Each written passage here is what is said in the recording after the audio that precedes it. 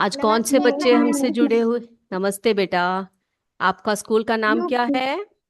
UPS Paharpur Gowana Begal. Okay, बहुत बढ़िया बच्चों। तो आप लोगों को मैंने देखा अंग्रेजी के क्लास में बहुत बढ़िया तरीके से आप आंसर कर रहे थे, बहुत मजे से पढ़ रहे थे, है ना? तो अभी हम यस क्या पढ़ने मैम। वाले हैं? अभी हम साइंस साइंस। पढ़ने वाले हैं। शाबाश। तो बेटा, हमने पिछले क्लास में बहुत सारे परमाणु मॉडलों के बारे में सीखा था, याद है आपको? Yes ma'am. किस किस के बारे में, कौन कौन से परमाणु मॉडल के बारे में हमने सीखा था बेटा?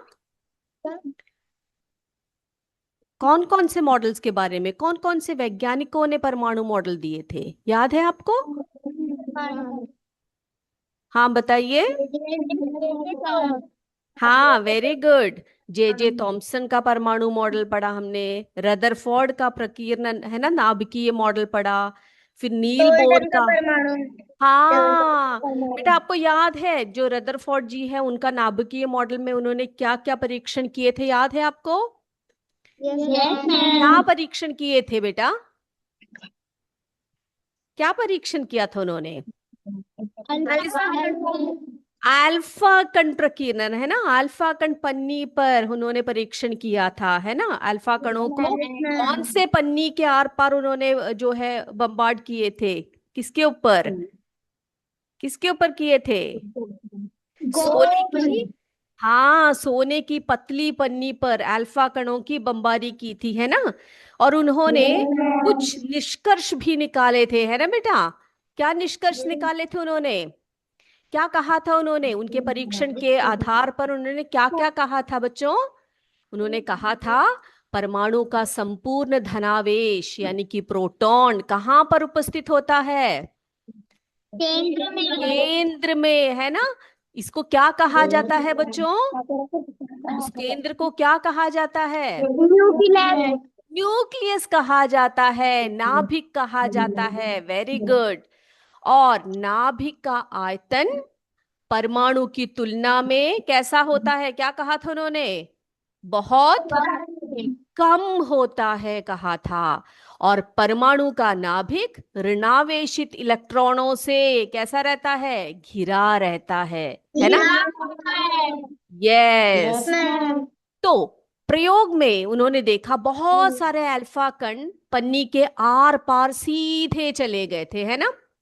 है ना? यस इसका मैम। क्या कारण बताया था उन्होंने? क्या कारण बताया उन्होंने? उन्होंने कहा ये सीधे इसीलिए चले गए क्योंकि परमाणु का अधिकांश परमाणु का भाग कैसा है? खोखला। खोखला है, उन्होंने ऐसा कहा। फिर कुछ कण जो नाभिक के पास से गुजरे और अपने पथ से विचलित हो गए, इसका क्या कारण बताया उन्होंने? बिच- क्या कारण बिचली। बताया बेटा? क्योंकि क्योंकि नाभिक और अल्फा कण पर समान आवेश था, है ना? इसीलिए उन्होंने कहा कि कुछ कण जो है वो नाभिक के पास से गुजरे लेकिन अपने पथ से विचलित हो गए।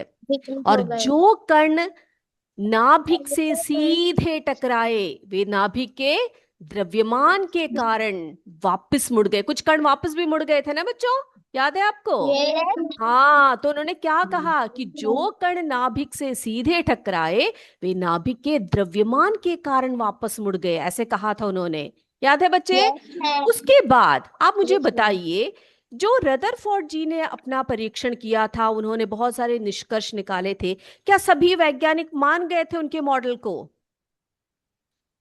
सभी वैज्ञानिक नो नहीं माने थे ना।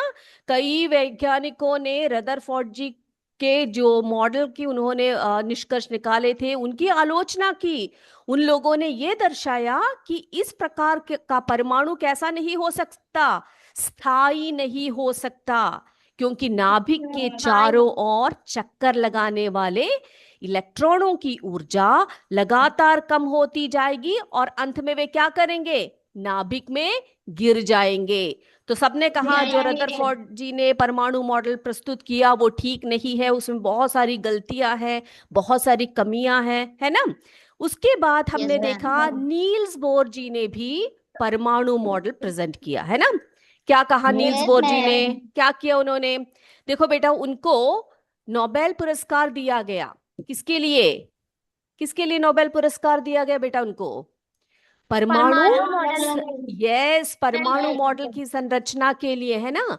और रदरफोर्ड जी के परमाणु मॉडल की कमियों को किसने दूर किया बच्चों? किसने दूर किया? नील्स बोर जी ने दूर किया, है ना। और उन्होंने कहा परमाणु का समस्त द्रव्यमान और धनावेश कहां पर होता है? कहां पर होता है? उसके नाभिक में होता है ना। और इलेक्ट्रॉन नाभिक के चारों ओर निश्चित कक्षाओं में घूमते रहते हैं, ये कहा उन्होंने। और प्रत्येक कक्षा में निश्चित संख्या में इलेक्ट्रॉन होते हैं। और इन कक्षाओं को क्या कहा जाता है बेटा? ऊर्जा स्तर कहा जाता है। क्या कहा जाता है? ऊर्जा स्तर कहा जाता है। ये हमने बहुत डिटेल में पढ़ लिया था बेटा, ठीक है। बहुत डिटेल में पढ़ लिया ना ये सब। ओके। अब नील्स बोर जी ने, हाँ बेटा, जो नील्स बोर जी ने जो परमाणु मॉडल की जो उन्होंने बताया, उन्होंने क्या बताया था? नील्स बोर जी ने, बताया कि हाँ, परमाणु का समस्त जो द्रव्यमान है वो कहां पर रहता है? उसके नाभिक में रहता है ना। और इलेक्ट्रॉन क्या करते हैं बेटा? यहाँ पे आप देख रहे हो इलेक्ट्रॉन को, है ना। क्या करता है इलेक्ट्रॉन? नाभिक के चारों ओर स्थिर या घूमता अचर है। कक्षाओं में घूमता है। इलेक्ट्रॉन्स घूमते हैं हमेशा, है ना। और प्रत्येक कक्षा में क्या होते हैं? इलेक्ट्रॉन्स होते हैं, है ना। है कि नहीं? यस और मैम। नाभिक में क्या होता है बेटा? नाभिक में क्या होते हैं? परमाणु के नाभिक में क्या पाए जाते हैं? फोटॉन्स। वेरी गुड, प्रोटॉन्स और न्यूट्रॉन्स दोनों ही पाए जाते हैं, है ना। क्या क्या पाए जाते हैं? प्रोटॉन्स और न्यूट्रॉन्स दोनों ही पाए जाते हैं। शाबाश, तो मेरे बच्चे बहुत अच्छी तरह से इस बात को समझ गए हैं। बेटा, आज हम पढ़ेंगे परमाणु संख्या और द्रव्यमान संख्या को। क्या पढ़ने वाले हैं आज हम? परमाणु संख्या और द्रव्यमान संख्या पढ़ेंगे, ठीक है। तो सबसे पहले हम देखते हैं कि परमाणु संख्या किसको कहते हैं। परमाणु संख्या, जिसे हम एटॉमिक नंबर कहते हैं, ठीक है। तो बेटा, किसी तत्व के परमाणु के नाभिक में उपस्थित प्रोटॉनों की संख्या उस तत्व की परमाणु संख्या अथवा परमाणु क्रमांक कहलाती है। ओके। तो परमाणु संख्या क्या है बेटा? क्या है परमाणु संख्या या परमाणु क्रमांक? किसको कहते हैं? यस, किसी भी तत्व के परमाणु के नाभिक में उपस्थित प्रोटॉनों की, वहां पर न्यूट्रॉन नहीं आएगा, प्रोटॉनों की संख्या। ओके। तो जितने प्रोटॉन होंगे वो उस तत्व की परमाणु संख्या कहलाएगी। ये क्लियर है बेटा? ओके। अब परमाणु संख्या को हम किससे प्रदर्शित करते हैं? ये अंग्रेजी लेटर है, Z से, Z से प्रदर्शित करते हैं, है ना। तो परमाणु, अगर आपसे पूछे कि बेटा परमाणु संख्या को किससे प्रदर्शित किया जाता है, तो आपका आंसर क्या रहेगा? क्या बोलोगे? हाँ, वेरी गुड। ओके। अब परमाणु कैसा होता है? उदासीन होता है। परमाणु कैसा होता है बेटा? उदासीन होते हैं। इस कारण किसी परमाणु में जितने प्रोटॉन होते हैं उतने ही इलेक्ट्रॉन्स होते हैं। क्या कहा मैम ने? परमाणु कैसा होता है? उदासीन होता है। यस, किसी परमाणु में जितने प्रोटॉन होते हैं उतनी ही संख्या में क्या होते हैं बेटा? इलेक्ट्रॉन होते हैं। ओके। अब मान लीजिए एक परमाणु की नाभिक में दो प्रोटॉन है, तो इलेक्ट्रॉन कितने होंगे? दो। Very good. अगर तीन प्रोटॉन है तो कितने इलेक्ट्रॉन होंगे? तीन। शाबाश, बहुत होशियार बच्चे हैं, बहुत होशियार बच्चे हैं बेटा। तो हमने देखा कि परमाणु संख्या क्या होती है। अगला देखते हैं, द्रव्यमान संख्या किसको कहते हैं। इसको हम और भी अच्छी तरह से आपको समझाएंगे बेटा, ठीक है। द्रव्यमान संख्या, जिसे हम एटॉमिक मास कहते हैं बच्चों। तो किसी तत्व के परमाणु के नाभिक में उपस्थित प्रोटॉनों तथा न्यूट्रॉनों की संख्या की योग द्रव्यमान संख्या कहलाती है। ओके, अब क्या है यहाँ पर द्रव्यमान संख्या किसको कहते हैं बेटा? जितने प्रोटॉन होते हैं, जितने न्यूट्रॉन होते हैं, उनको क्या किया जाता है? उनको जोड़कर जो संख्या मिलती है उसको कहा जाता है द्रव्यमान संख्या। शाबाश। द्रव्यमान संख्या को किससे प्रदर्शित किया जाता है बेटा? यहाँ पे देखिए, ए से। परमाणु संख्या को किससे प्रदर्शित किया था हमने? जेड से। शाबाश। तो यहां पर देखिए बेटा, द्रव्यमान संख्या बराबर प्रोटॉनों की संख्या योग प्लस न्यूट्रॉनों की संख्या। ठीक है, चलिए इसको समझते हैं हम और अच्छी तरह से।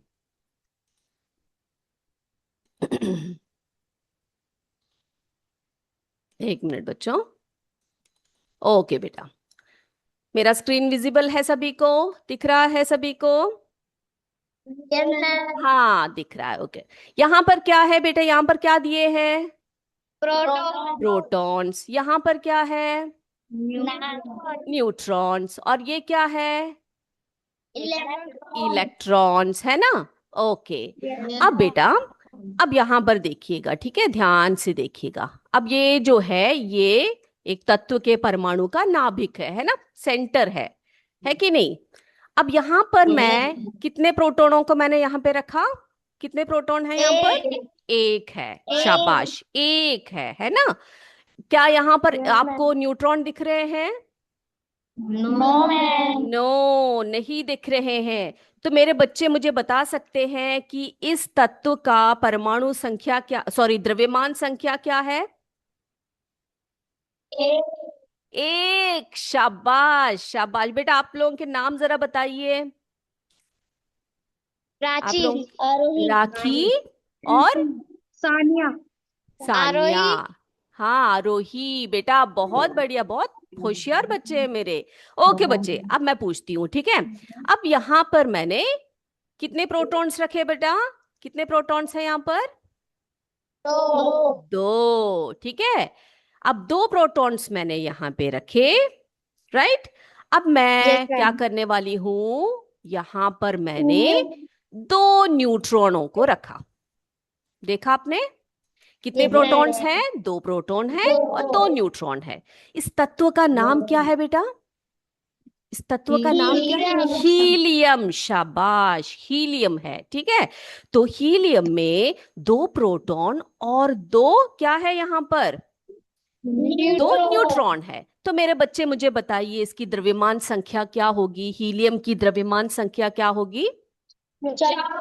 चार, है ना? 4। Mass number is equal to 4, है ना? कैसे मिला आपको ये? आपने प्रोटॉनों को और न्यूट्रॉनों को जोड़ दिया, है ना, यानी कि उसको। Yes, very good. तो आपको मिल गया हीलियम का मास नंबर 4। ठीक है, अब मेरे बच्चे ये मुझे बताइए, हीलियम में यहां पर हमने दो प्रोटॉन रखे हैं बीच में, नाभिक में, है ना?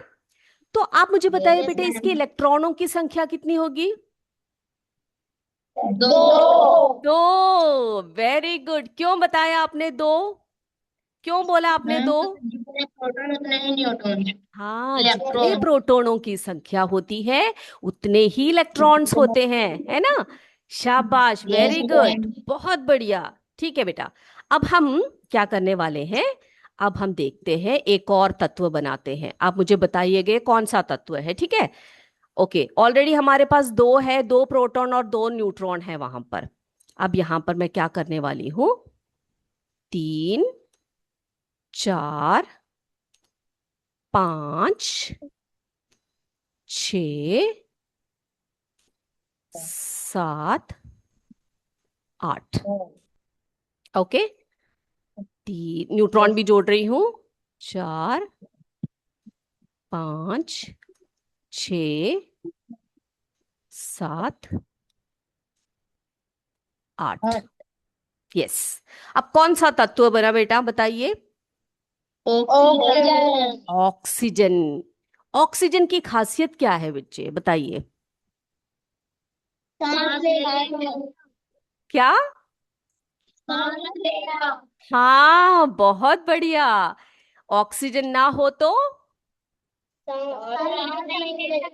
हम कोई भी धरती पे जीवित नहीं रह जीवित सकते। नहीं रह सकते। तो ऑक्सीजन एक ऐसी गैस है जो हम सभी को जीवित रखती है ना।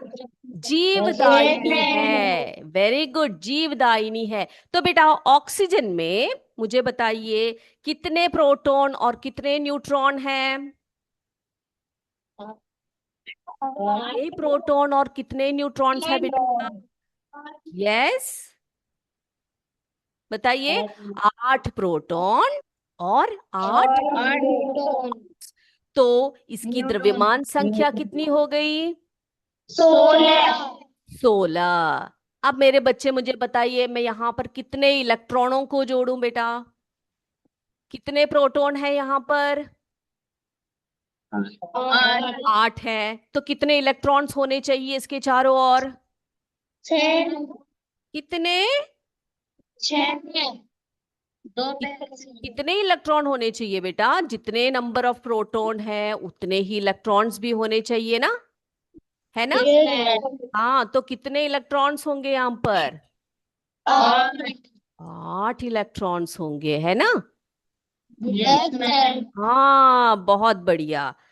अब बेटा एक और करते हैं हम लोग। अब मैं पूछती हूं आपसे, ठीक है। सोडियम का, सोडियम जो है उसकी, उसमें अगर 11 प्रोटॉन है, सोचिए। ठीक है, एक तत्व है सोडियम, उसमें अगर 11 प्रोटॉन है और उसकी द्रव्यमान संख्या 23 है। सुन रहे हो आप लोग मुझे? मैंने पूछा, सोडियम एक तत्व है, उसमें अगर 11 प्रोटॉन है और उसकी द्रव्यमान संख्या, मैं आपसे बोलती हूं कि उसकी द्रव्यमान संख्या 23 है, ठीक है। तो क्या यस मैम। आप मुझे न्यूट्रॉनों की संख्या बता सकते हैं? हाँ, क्या करोगे आप? मैम 23 में से 11 को 23 में से 11 11 को को माइनस करोगे तो कितना मिलेगा बेटा? मैम यस, 12 मिलेगा, है ना। है कि नहीं? कितना मिलेगा आपको? 12। हाँ, तो अब उसको भी बना ले हम लोग, जरा बनाए। Yes ma'am. ये आपको समझ में आए कि परमाणु संख्या क्या होती है, द्रव्यमान संख्या क्या होती है? ये क्लियर है मेरे बच्चों को? Yes ma'am. क्लियर है, बिल्कुल क्लियर है। तो आपसे अगर पूछे कि बेटा प्रोटॉनों की संख्या, सॉरी, परमाणु संख्या किसको कहते हैं, तो क्या बोलोगे आप?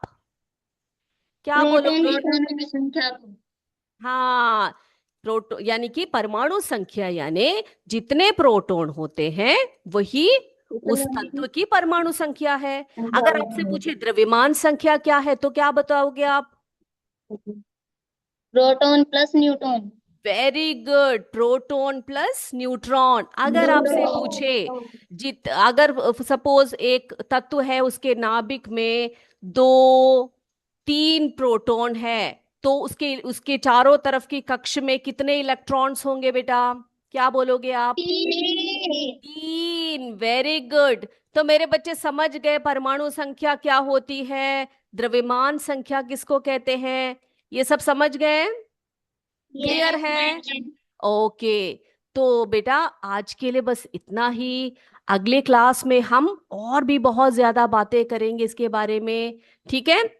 तो मेरे बच्चों को आज का क्लास कैसा यस लगा बताइए मैम। बेटा? समझ में आया? आज की क्लास आपको समझ में आई? Yes okay.